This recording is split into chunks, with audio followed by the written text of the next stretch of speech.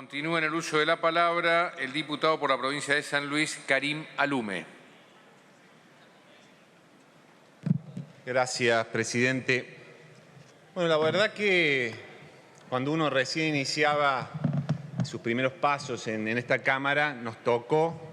participar en el debate del primer consenso fiscal. Un consenso fiscal al cual se lo conocía como pacto fiscal, pero que en realidad, por el contenido propio que tenía, terminó llamándose el apriete fiscal en el año 2017. Tenía contenidos que representaban, por supuesto, una concepción. ¿Qué? Disculpe. Tenía un contenido, como decía, se conocía como apriete fiscal porque fuertemente se veía en el propio contenido del pacto fiscal, del consenso fiscal, un ataque muy contundente a las bases fundamentales del federalismo argentino y un concepto de la política nacional básicamente centralista, que caracterizaron después en varias medidas a la gestión de Mauricio Macri. Otra de las cosas que siempre tenemos que recordar, porque los actos que atentan contra una de las bases fundamentales de nuestra Constitución Nacional, como es el caso del federalismo, creo que hay que recordarlo y recordarlo con todos sus ribetes. Una de las cosas que se planteaba fuertemente, escrito en el mismo pacto, era cómo se habían conseguido, para lo que se debatía en ese momento, que era la reforma jubilatoria, cómo se habían conseguido los votos y el quórum para poder lograrla, ya que incluía una cláusula de compromiso de acompañamiento a ciertas medidas del Gobierno Nacional por parte de los gobernadores firmantes, una cláusula que condicionaba el funcionamiento propio de este Congreso. Otra de las cosas para recordar, que es importante tener en cuenta también con las discusiones políticas actuales y que seguramente se darán en las próximas elecciones, lo que fue la incorporación en ese pacto, en ese apriete fiscal, de la cláusula que se refería al fondo del conurbano bonaerense, una cláusula que mostraba una realidad en donde varias provincias argentinas, que seguían de hace muchos años juicios ante la Corte Suprema de Justicia de la Nación en contra del Estado Nacional, debían esperar todo un largo proceso judicial, inclusive algunas de ellas, como el caso de San Luis, un proceso judicial que ya tenía sentencia firme y no podían cobrar, y la provincia de Buenos Aires, gobernada en ese momento por María Eugenia Vidal,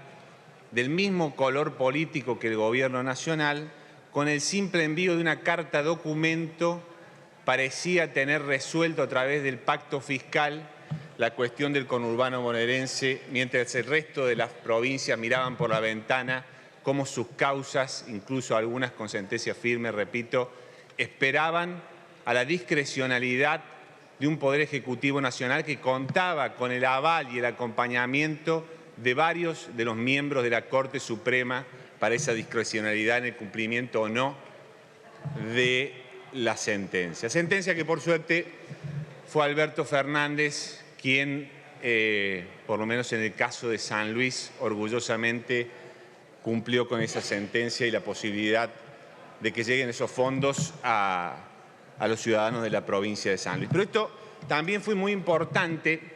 porque en esta época en donde María Eugenia Vidal plantea sus aspiraciones, sus deseos de ser algún día presidenta de los argentinos, me gustaría recordar también que en esa discusión de ese pacto fiscal, María Eugenia le decía al resto de las provincias que aquellas provincias que no firmen ese pacto fiscal avalando el fondo del conurbano bonaerense iban a ser perseguidas por la provincia de Buenos Aires y ella en persona iba a perseguir a cada una de las provincias que no firmen este pacto fiscal. Esto es interesante porque alguien que manifiesta su deseo de ser o regir el mandato de una federación, es importante saber qué pensaba sobre el funcionamiento o la entidad que le da a cada una de las provincias o los estados subnacionales que lo componen. Otra de las cuestiones importantes que hacían a la pérdida de autonomía, un valor tan importante por parte de las provincias y que algunos dirigentes exaltan tanto con respecto a la discusión de las medidas sanitarias de la pandemia,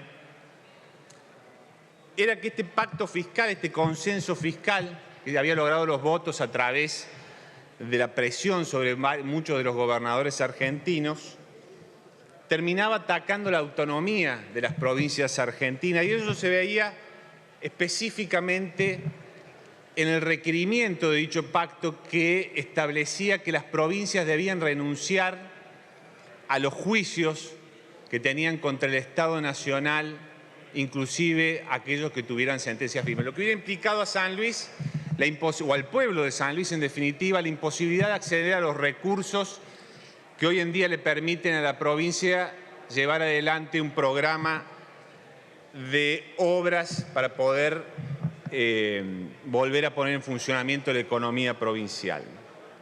Otra de las cosas que era importante destacar y recordar cuando hablamos del pacto fiscal, el acuerdo fiscal, el apriete fiscal, es lo que sucedía con el Fondo Federal Solidario. Este consenso fiscal de 2017, que representaba mucho de lo que después terminó siendo el gobierno de Cambiemos, planteaba